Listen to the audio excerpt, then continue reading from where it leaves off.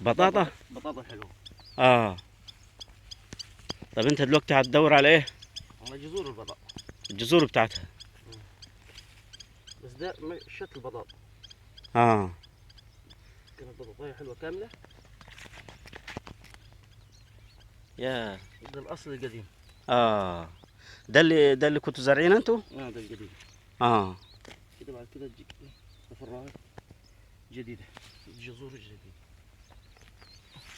على صوتك عشان نسمعك معلش. الجذور الجديده دي. اه. دي جديده. هي مزروعه كده على طرف المزقه.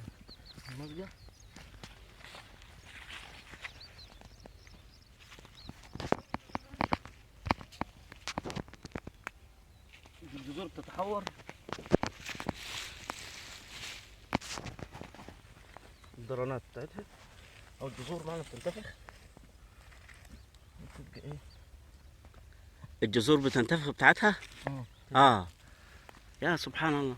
يعني الجذع ده كان ظاهر. كان دي. كان برا. كان دي كان في الاول. ده على اساس انك تعمل مشتل.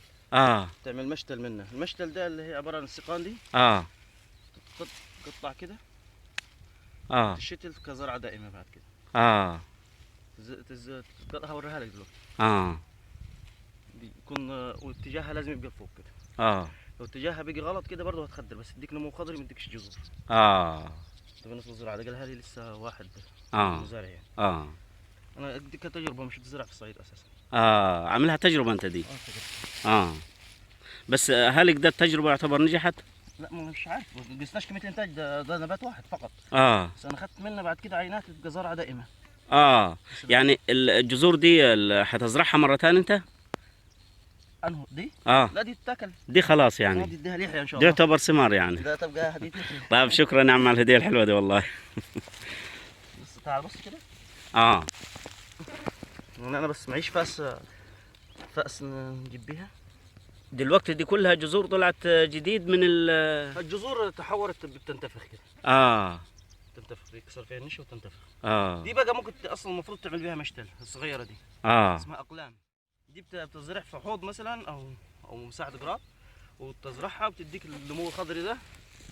النمو الخضري ده بتبتدي بكتر، بتقطع منه عقد حدود 10 سم 15 سم، وتشتلها في ارض دائمه. اه.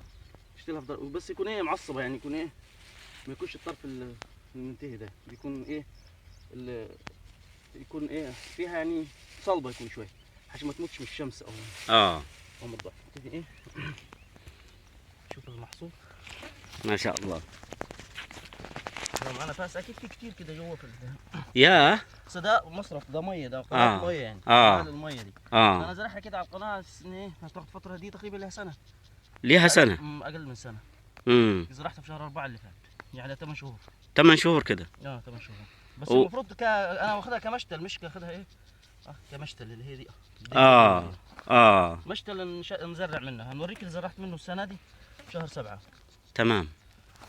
فدي مش اساس انها للطرح يعني. دي بطاطايه واحده زرعتها كده، لقيت المصرف هو الاساس بتاعها اللي ايه، المكان اللي ينفع، بس ان ايه يبقى بعيد عن اي حد. بص تعال شوف كده نظام النموات بتاعتها بس كده.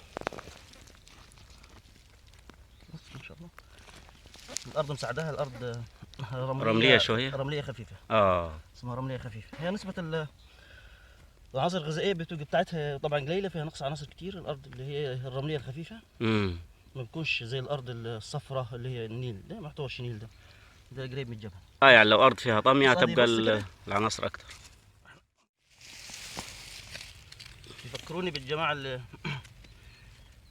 التنقيب على الاسرار، البعثات الرسميه يعني، مش البعثات الغير رسميه يعني. اوريك بقى سلوكها تحت الارض ايه.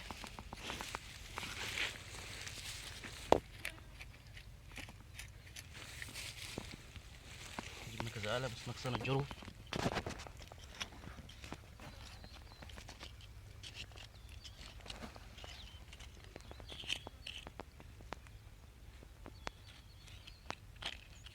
هي طبعا ما واخداش اي مركبات خارجيه زي مثلا واخداش مثلا فوسفور ولا مخضة كالسيوم ولا اي حاجه.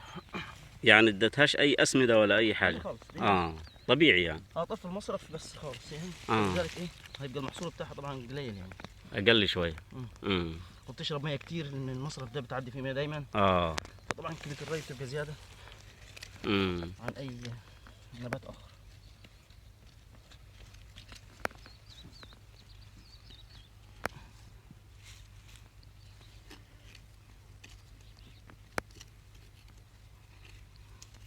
طبعا هي كل ما يكون الارض خفيفه كل ما العمق بتاعها يزيد يعني.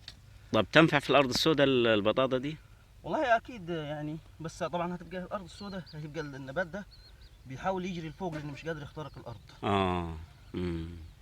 فلكن الرمله الخفيفه دي ايه الجذر بينزل وبينتفخ يعني.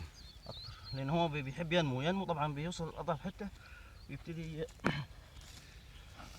يعني الجذور دي كلها كانت هتنتفخ يا محمد لو قعدت شويه. ده بس كان ينتفخ بينتفخ هنا. كده يعني.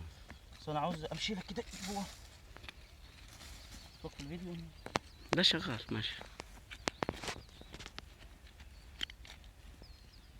البطاطا الحلوه طبعا منها انواع اكيد، لها 4 انواع في مصر بيقولوا، بس انا ما عنديش معلومات عنها لاني طبعا مش بزرعها اساسا.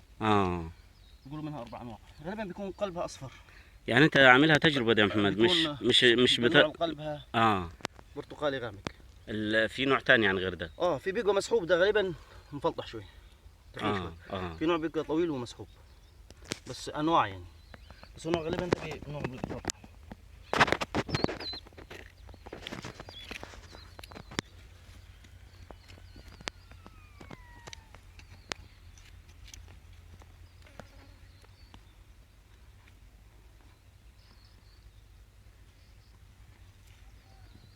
عاوز اوري لك اول مره في حياتي يعني ايه اشوفها اصلا طبيعي كده في الارض. تعمل التجربه دي او اشوفها طبيعي في الارض. نموها اساسا مش بدماغي هي.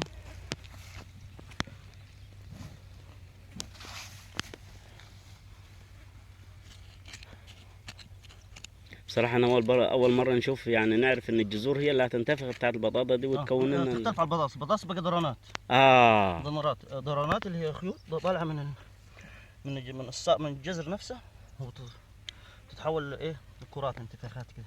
اسمها درانات البطاطس. فكل درانات بيجي ايه بيجيب، او كل خيط جذري بيجيب ايه درنه واحده. اما دي الجذر بينتفخ ويكمل تقريبا يعني. انا بص كده هنجيب لك نهايتها. يعني هو بيكمل وفي جزء منه بينتفخ. ايه بص كده. جزء بس هينتفخ من الجذر. وده يكمل وربما ينتفخ بعد كده. بس ما اعرفش طبعا الارض حفرها صعب. انا هطلعهم لك دول مسكين في بعض. بص تلقاهم مجموعه في بعضيها. شبكه الجذور كلها متصله.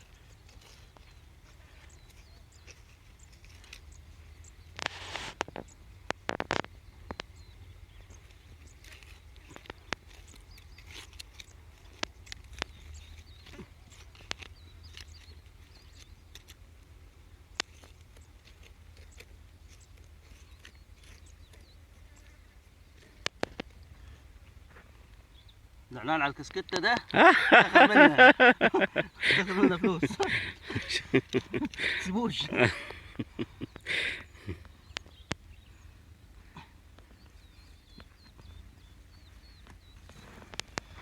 نكمل معاها ولا ايه مشوار؟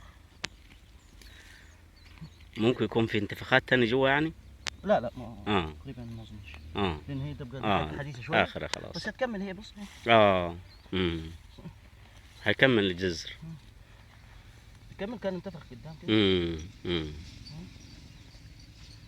مش عارف انا نسيبوه تجربه بقى الجذور دي. صح والله. والله شوفها تطلع مثلا نموات خضريه او لا بعد كده. بعد كده تكمل في مرحله جديده ان شاء الله. ماشي. اسحب ده اوريك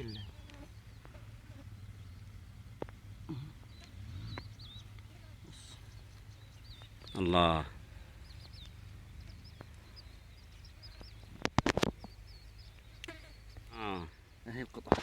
اه ثواني كده كده.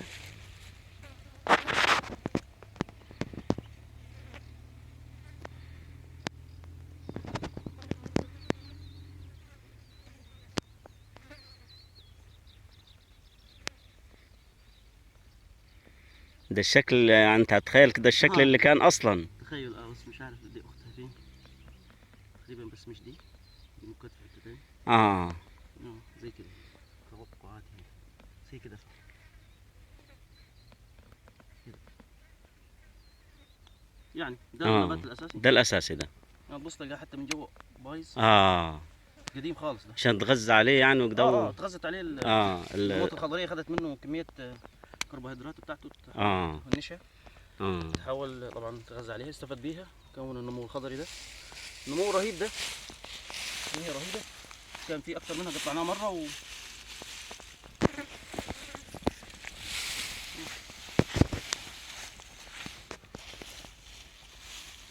النمو الخضري ده مالوش. استفاد بيه، ممكن تزرع بيه 4 قوارير مثلا او اكتر. النمو الخضري ده شويه دول. شويه دول. 4 قوارير مثلا.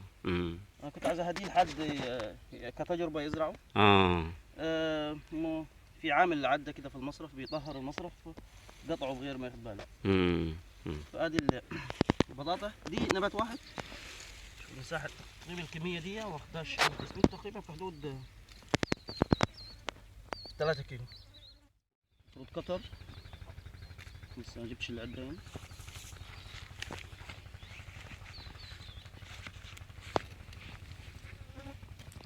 كده انت هتوريني ازاي ممكن تزرع البطاطا، مش كده؟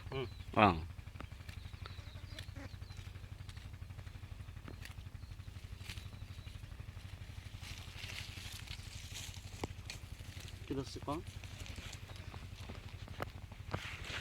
اتجاه الزراعة المفروض يبقى كده.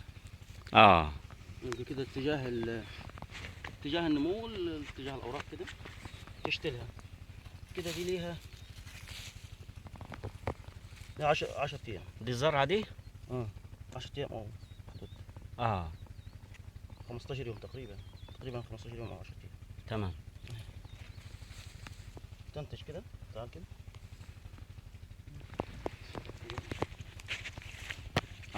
ده اللي انت زارع من حوالي 15 يوم يعني.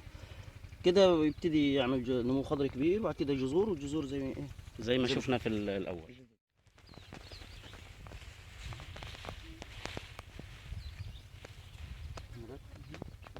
ده الجذر ده. هي الساق بتاعت وتحت بقى الجذور منتفخة، مش كده؟ هتنتفخ بعد شهور يعني. إن أعجبك الفيديو لا تنسى التعليق والإعجاب والاشتراك في القناة، وشكرا لكم على حسن المشاهدة.